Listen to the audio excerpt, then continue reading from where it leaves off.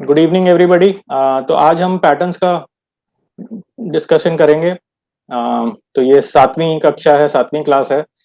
तो हमने काफी कुछ सीखा इससे पहले, अब ये पैटर्न्स के बारे में सीखेंगे। तो पैटर्न्स कई तरह के होते हैं, मतलब अगर आप इंटरनेट पे ढूंढने जाओ या टेक्स्ट बुक्स में देखो तो कई तरह के पैटर्न्स मिल जाएंगे। पर हमको सब पे अपनी पारंगत हासिल नहीं करनी है, हमको सब पे एक्सपर्टीज नहीं चाहिए। हमको 2 या 3 पैटर्न भी पता हो अच्छी तरह से तो हमारा काम बन सकता है। और हमको वही पैटर्न करना चाहिए जो हमको मतलब चार्ट खोलते ही दिख जाए।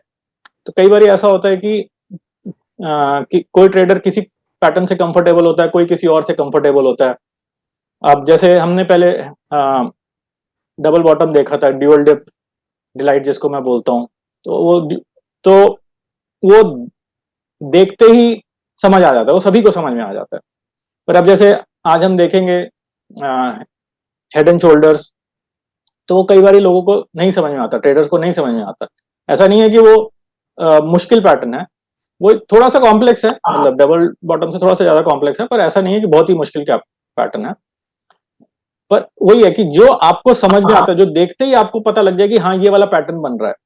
कई बार ऐसा भी होता है कि दो पैटर्न्स, मतलब एक ही चार्ट में एक ही जगह पे एक ट्रेडर बोल रहा होगा कि ये पैटर्न ए है, दूसरा ट्रेडर बोल रहा होगा ये पैटर्न बी है। तो क्योंकि उनकी जो काम करने का तरीका थोड़ा सा अलग है, उनका जो जब वो आई साइड से देखते हैं तो अलग तरीके से देखते हैं, तो उनके जो मन में जो इमेजेस फॉर्म होती हैं वो अलग तरीके से फॉर्म होती हैं। तो कहने का मतलब ये है कि अगर आपको 2 या 3 पैटर्न्स के बारे में पता हो और उस पर अच्छी तरह आपकी एक्सपर्टीज हो तो आप अच्छी ट्रेडिंग कर सकते हैं। तो इससे पहले, जब पैटर्न समझने से पहले, सबसे पहले है हमारा हेड एंड शोल्डर्स पैटर्न है। तो इसको मैं कैमल हम्प डाउनफॉल बोलता हूँ।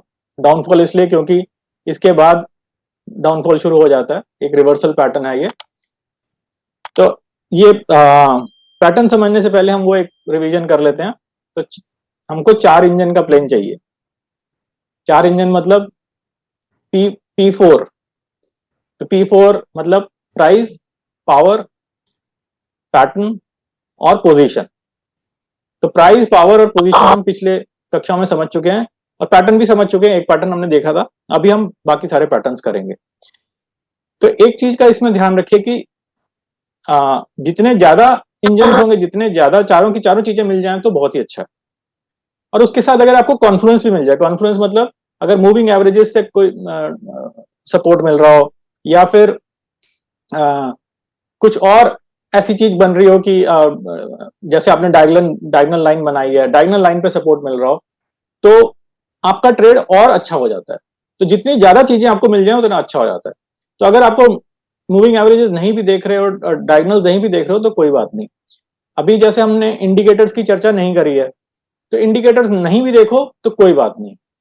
तो कई ट्रेडर्स इंडिकेटर्स पे ही काम करते हैं, वो देखते ही नहीं है कि ये पैटर्न क्या है या सपोर्ट रेजिस्टेंस क्या है, तो वो इंडिकेटर्स पे ही काम करते हैं। तो इंडिकेटर्स क्या होते हैं, वो लैगिंग होते हैं। लैगिंग मतलब प्राइस और वॉल्यूम को के मिश्रण से ही वो बनाए जाते हैं। कुछ फॉर्मूला लगाया जाता है कि प्राइस और वॉल्यूम का मिश्रण करके वो इंडिकेटर बनाया जाता है। जैसे पिछले 10 दिन का प्राइस देख लिया, उस पर कुछ वॉल्यूम लगा दिया, या प्राइस देख लिया और उसके साथ उसका मूविंग एवरेज देख लिया तो उस पर कुछ फॉर्मूला लगा दिया। तो जो इंडिकेटर्स होते हैं वो लैगिंग होते हैं, क्योंकि वो पिछले दिनों का कुछ देख रहे हैं या पिछले कुछ समय का कुछ फॉर्मूला लगा रहे हैं, उसका डेटा देख रहे हैं।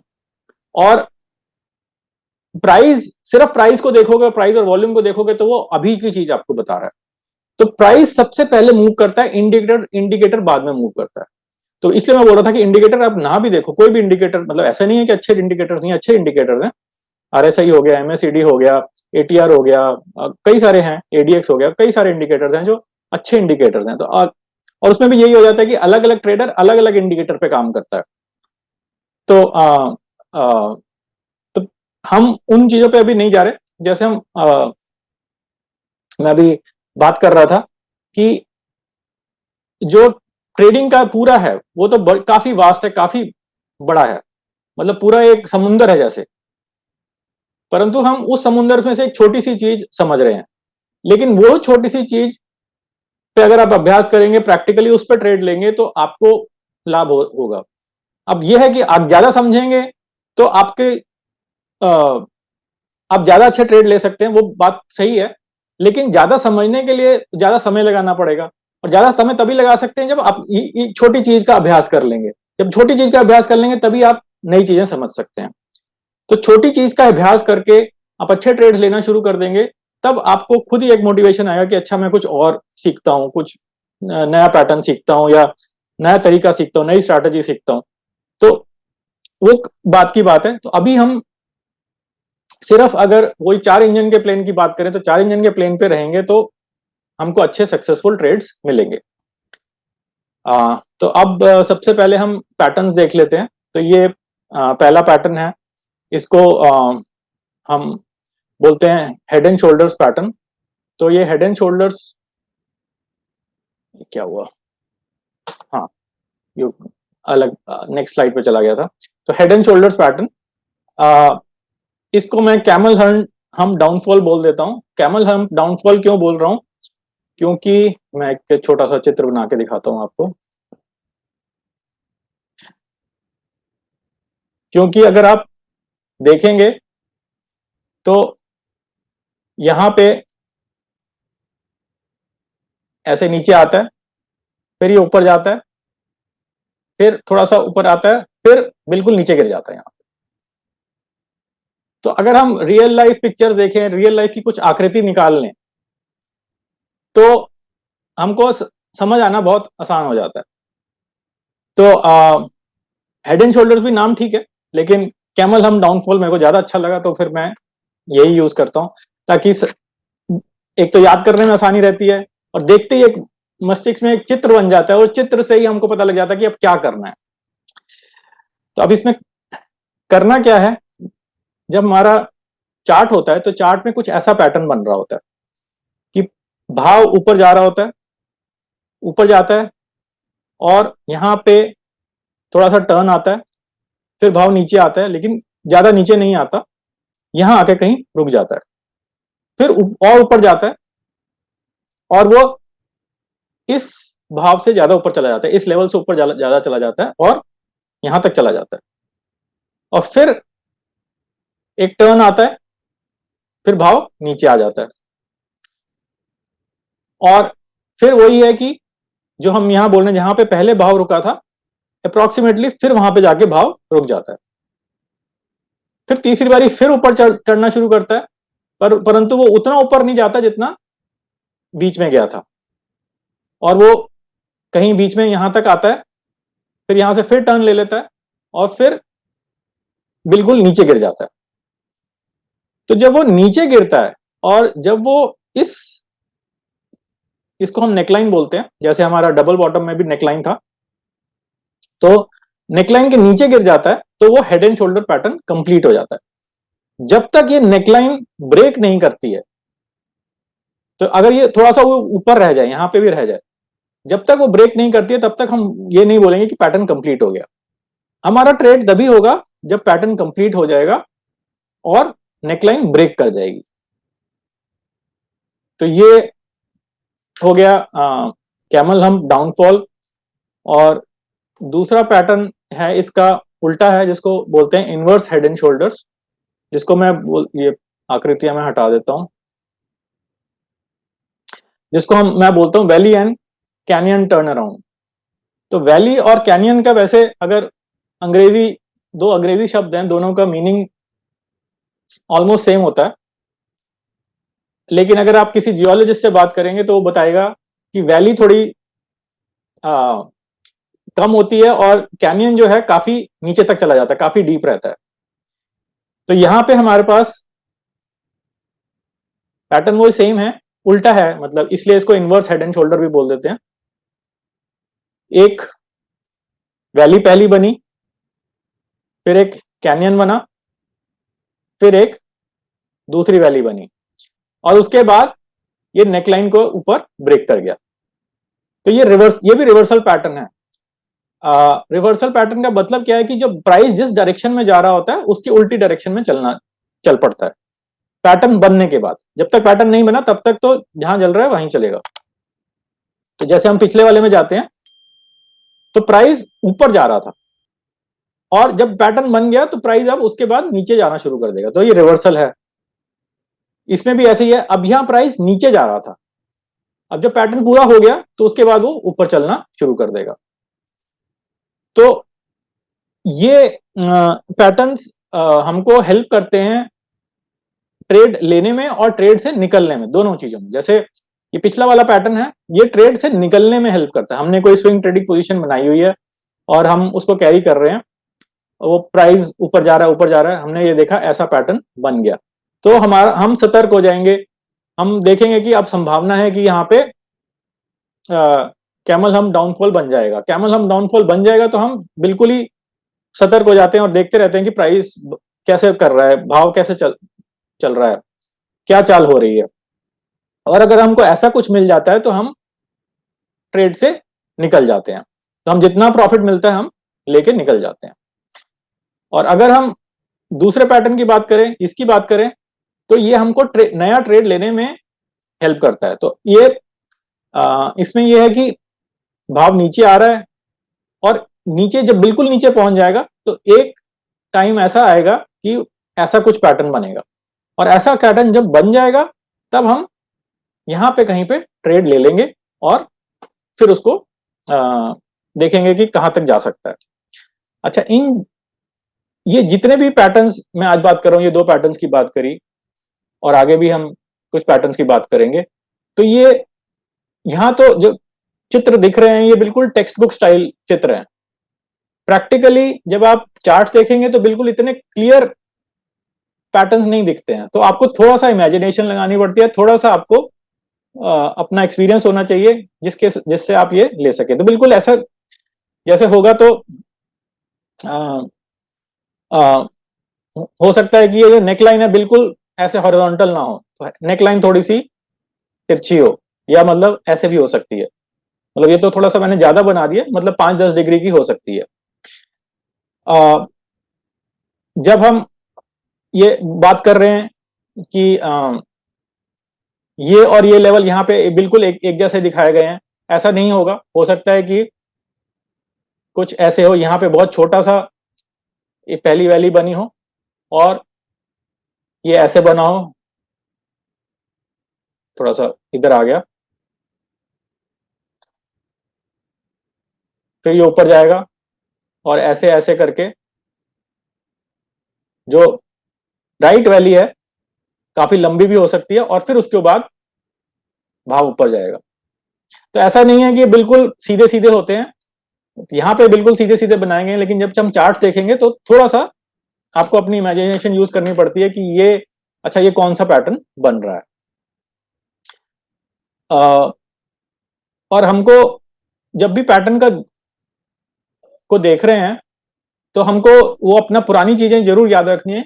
या तो हम ब्रेकआउट पे ट्रेड ले सकते हैं, ब्रेकआउट पे मतलब कि हम यहीं पे ट्रेड ले सकते हैं कि ब्रेकआउट कैंडल हमको मिली और हमने ट्रेड ले लिया, या फिर हम पुल बैक पे ले सकते हैं। मतलब पुल बैक मतलब भाव थोड़ा सा ऊपर जाएगा, फिर नीचे आएगा और फिर ये वाला नेकलाइन को दोबारा टेस्ट करेगा और उसके बाद ऊपर जाएगा। तो हम दोनों तरीके से ले सकते हैं। जब हम पुल बैक पे लेते हैं तो वो ज्यादा सेफ रहता है, पर हमेशा पुल बैक हमको मिलता नहीं है। तो अच्छी तरीका क्या, अच्छी स्ट्रैटेजी क्या है कि 50% आप यहां ले लो ब्रेकआउट पे और 50% आप पुल बैक पे ले लो। तो ये हर एक पैटर्न के साथ है, कहीं कोई भी ट्रेड ले रहे हो आप किसी भी तरह से, जैसे सपोर्ट रेजिस्टेंस का ले रहे हो, ये वाला पैटर्न के बेस पे ले रहे हो, हम ड्यूअल डिप डिलाइट में ले रहे हो कि ड्यूअल डिप में ब्रेकआउट आया, तो कहीं पे भी ले रहे हो तो एक पुल बैक ट्रेड होता है, एक ब्रेकआउट ट्रेड होता है। तो ब्रेकआउट ट्रेड थोड़ा सा ज्यादा रिस्की होता है और पुल बैक ज्यादा सेफ रहता है। रुकिए जरा, ठहरिए, मैं आपको एक छोटा सा संदेश देना चाहता था। मैं स्विंग ट्रेडिंग पर एडवांस क्लासेस भी लेता हूं। अगर आप मेरी एडवांस क्लास लेना चाहते हैं तो मुझसे व्हाट्सएप या ईमेल पर संपर्क कर सकते हैं। तो चलिए वापस फ्री ट्रेनिंग पर चलते हैं। तो ये हो गए हमारे दो पैटर्न। अब देख लेते हैं हम तीसरा पैटर्न, जिसको मैं सॉसर सर्ज बोलता हूं। और इसका नाम है कप एंड हैंडल। तो कप एंड हैंडल ये कह सकते हैं कि जो इनवर्स हेड एंड शोल्डर्स है उसका एक स्पेशल केस है, क्योंकि यहां पे आपको लेफ्ट शोल्डर नहीं मिलेगा, मतलब लेफ्ट वैली नहीं मिलेगी। यहां पर आपको राइट वैली मिलेगी और एक बड़ा सा कैनियन या गॉर्ज मिलेगा, तो जैसे ये बना हुआ है। और उसके बाद क्या होता है कि ऐसे ये राउंडिंग यू टाइप बनेगा, और यू टाइप बनने के बाद भाव थोड़ा सा नीचे आएगा, और कई बार क्या होता है कि भाव यहां पे थोड़ा सा घूमता रहता है, यहां पे कंसोलिडेट होता है, और उसके बाद एक कैंडल बनती है जो इस कंसोलिडेशन से बाहर निकल जाती है। तो हमको ट्रेड तब लेना है जब नेकलाइन के ऊपर निकल जाए। एक्सक्यूज मी, नेकलाइन के ऊपर निकल जाए मतलब कि मतलब कि हमारा ये नेकलाइन है, तो यहां से जब ब्रेकआउट होगा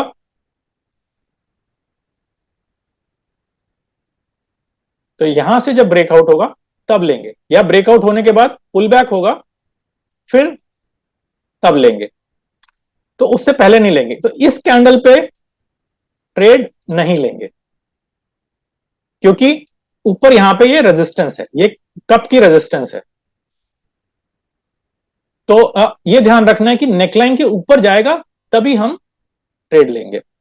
तो ये नेकलाइन मैं लिख देता हूं।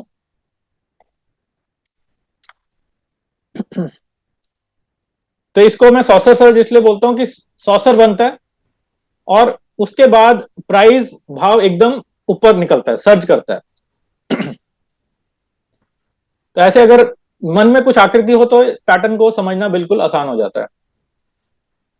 ये जो ऊपर निकलेगा कैंडल, हम्म।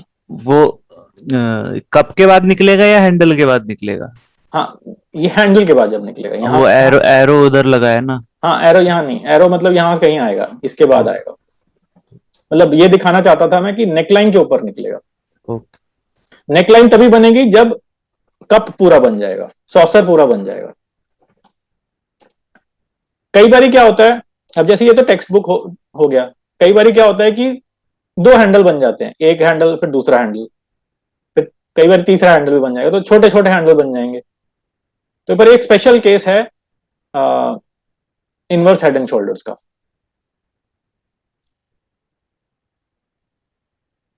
अच्छा, फिर ये फ्लैग पैटर्न है, इसको मैं बैनर ब्रेक बोलता हूं। तो बैनर और फ्लैग मतलब सेम मीनिंग होता है। तो बैनर क्या, जो हाँ आज के जो फ्लैग्स होते हैं, जो अब आज के लोग हम देश में या अलग अलग संगठनों के जो फ्लैग होते हैं, झंडे होते हैं, वो सीधे होते हैं। पर पुराने वक्त में जब राजा वगैरह होते थे जो एक से दूसरे से लड़ाई करने जाते थे, तो उनके भी फ्लैग होते थे, वो बैनर बोलते थे उनको, और वो थोड़े से तिरछे होते थे। तिरछे मतलब जो उनका एक्चुअल जो फ्लैग होता था वो टेढ़ा होता था, थोड़ा सा एंगल होता था, ट्रायंगुलर टाइप होता था। तो इसलिए मैंने इसका नाम बैनर ब्रेक इसलिए लग दिया कि जो जब हम चार्ट देखते हैं तो कुछ ऐसा ही लगता है। तो चार्ट में भाव ऐसे चलता है बिल्कुल सीधा, बिल्कुल सीधा तो कई हो जाता है, कई बार नहीं भी होता है, थोड़ा सा डायगोनल होता है, पर प्राइस बड़ी तेजी से ऊपर जाता है और उसके बाद प्राइस रुक जाता है। और जब प्राइस रुक जाता है तो यहां पे कंसोलिडेशन होता है। कंसोलिडेशन मतलब लोअर लो बनेगा, लोअर हाई बनेगा, फिर लोअर लो बनेगा, फिर लोअर हाई बनेगा, फिर लोअर लो बनेगा, तो ऐसे बनता है। अब ये काफी लंबा भी चल सकता है, ये थोड़ा सा स्ट्रेट भी हो सकता है, ऐसा नहीं है कि बिल्कुल ही नीचे जा रहा हो, थोड़ा सा स्ट्रेट भी हो सकता है। हो सकता है कि लोअर हाई लोअर लो ना बने और सेम लेवल पे ही ये बन जाए। लेकिन जैसा भी बनेगा तो हम दो पैरेलल लाइन बनाते हैं, एक पैरेलल लाइन नीचे की तरफ और एक पैरेलल लाइन ऊपर की तरफ। और जैसे ही भाव ऊपर की तरफ ब्रेक करता है, मतलब ये ब्रेक, तो ब्रेक करता है, तब हम ट्रेड ले लेते हैं। तो इस कैंडल पे हम ट्रेड ले लेते हैं। तो यहां पे आ, इसको हम बोल देते हैं, ये पोल है और ये फ्लैग है, और ये फ्लैग कंसोलिडेशन पैटर्न हो जाता है कि ऊपर नीचे थोड़ा सा होगा, और उसके बाद ये ब्रेकआउट कैंडल है। तो इस ब्रेकआउट कैंडल पे हम ट्रेड लेंगे, और फिर से वही स्ट्रैटेजी भी काम आ जाएगी कि कई बार वही ऊपर जाता है फिर पुल बैक आ जाता है। तो कई बार अगर हम पुल बैक पे लेना चाहें तो पुल बैक पे भी ले सकते हैं। अच्छा, पुल बैक आएगा फिर उसके बाद एक मानव कैंडल बनेगी तभी लेंगे, ऐसा नहीं कि पुल बैक आया और फिर हमने ले लिया। तो पुल बैक पूरा होना चाहिए। तो ये जो पैटर्न है ना, ये बहुत ही अच्छा पैटर्न है। मतलब अप ट्रेंड जो हमने अभी पुराने पैटर्न्स देख लेते हैं, ये प्राइस के टॉप पे बनेगा कैमल हम, वैली एंड कैनियन ये प्राइस के बॉटम पे बनेगा। तो यहां पे ट्रेंड नहीं है, यहां यहां पे ट्रेंड खत्म हो रहा है, यहां पे भी ट्रेंड खत्म हो रहा है, और यहां पे हो सकता है ये कहीं बीच में बने, परंतु इसको देख के हम ट्रेंड नहीं बता सकते कि ट्रेंड कहां पर है अभी। परंतु ये वाला जो है बैनर ब्रेक, ये अप ट्रेंडिंग प्राइस में ही बनता है, अप ट्रेंडिंग चार्ट में ही बनेगा। इसके रिवर्स भी होता है, जैसे इसको बोल देते हैं हम बुलिश फ्लैग पैटर्न। एक उल्टा भी होता है जो बियरिश फ्लैग पैटर्न होता है। बियरिश फ्लैग पैटर्न डिस्कस नहीं करते क्योंकि हमको शॉर्ट ट्रेड्स नहीं लेने हैं। उसमें यह है कि प्राइस नीचे आ रहा है ऐसे, फिर ऐसे ऐसे थोड़ा सा बनेगा, और वही है कि ऐसे थोड़ा सा पैरेलल लाइंस होंगी और उसके बाद ब्रेक करके नीचे चला जाएगा। तो ये बेरिश फ्लैग पैटर्न भी होता है, परंतु इसको हमको समझने की इतनी ज्यादा जरूरत नहीं है। हमको सिर्फ यही देखना है क्योंकि यहीं पे हमको ट्रेड्स लेने हैं। तो चलिए इसको सबको हटा देते हैं, और ये हमारे पैटर्न्स खत्म हो गए। खत्म मतलब अगर देखा जाए तो बहुत सारे पैटर्न्स हैं। आपको triangle, ascending triangle, symmetrical triangle, कई सारे पैटर्न मिल जाएंगे, पर वही है कि उनको समझना थोड़ा सा इनसे ज्यादा मुश्किल रहता है, तो उनको अभी समझने की जरूरत नहीं है। हम अगर 2 या 3 पैटर्न्स हमको पूरी पारंगत हासिल हो तो हम बड़ा अच्छा काम कर सकते हैं। सर तो ये जो हाँ जी, फ्लैग पैटर्न है, हाँ ये अपर हाई अपर लो जैसा नहीं लग रहा कुछ कुछ?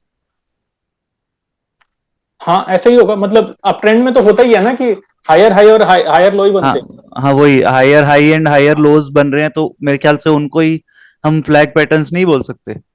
नहीं बोल सकते क्योंकि वो ये चीज नहीं आएगी फ्लैग। हमको ट्रेड कब लेना, हायर हाई हायर लो में ट्रेड कब लेना हमको नहीं पता लगता।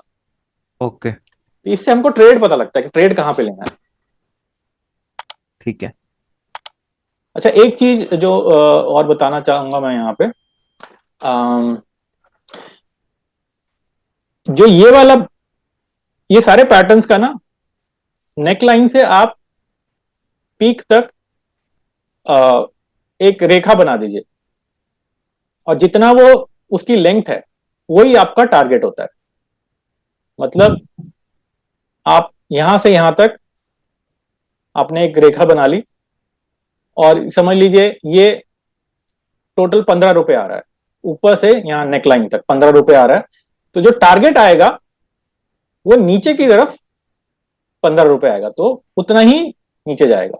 तो ये मिनिमम टारगेट है। मिनिमम मतलब 15 रुपए से ज्यादा तो जा सकता है, या 15 रुपए के आसपास आ सकता है। 15 का हो सकता है 14 भी हो जाए, 13 भी हो जाए, लेकिन उससे ज्यादा जा सकता है। मतलब ऐसा नहीं हो कि 15 का साथ ही रहेगा, पर 15 से ज्यादा जा सकता है। 15 का 20 भी जा सकता है, 30 भी जा सकता है, उससे कहीं ज्यादा जा सकता है। तो ऐसे ही अगर हम अगले वाले पे चले, तो इसको हम हटा देते हैं, और ऐसे ही अगर हम यहाँ पे नेकलाइन से यहां तक नीचे बनाएं और समझ लें कि ये समझ लीजिए ये 10 रुपए है, तो इसका जो ऊपर का टारगेट होगा वो और नेकलाइन से 10 रुपए होगा। उससे ज्यादा जा सकता है, उससे 1-2 रुपए कम भी हो सकता है, लेकिन कम से कम हम बोलते हैं कि 10 रुपए का टारगेट आप मान के चलिए। ऐसे यहां पे अगर ये नेकलाइन है, यहां ये नेकलाइन है, तो इसकी हम डेप्थ ले लेते हैं कि सॉसर की डेप्थ कितनी है, उस डेप्थ को हम ऊपर लगा देते हैं कि जब यहां पे ब्रेकआउट होता है तो उतना ही ऊपर वो भाव चला जाएगा। और फ्लैग पैटर्न में क्या होता है, यहां पे तो नेकलाइन है नहीं, तो यहां पे क्या है कि जो पोल की लेंथ होती है, ये जो पोल है, समझ लीजिए ये पोल 20 रुपए का है, मतलब यहां नीचे से ऊपर तक 20 रुपए बने और यहां नीचे आया ये और ये ब्रेकआउट दिया, तो यहां से इस पॉइंट से जहां पे ब्रेकआउट हुआ वहां से 20 रुपए और ऊपर चला जाएगा। तो अगे ये मिनिमम टारगेट है, ऐसा नहीं है कि 20 ही जाएगा, 20 से ऊपर जा सकता है।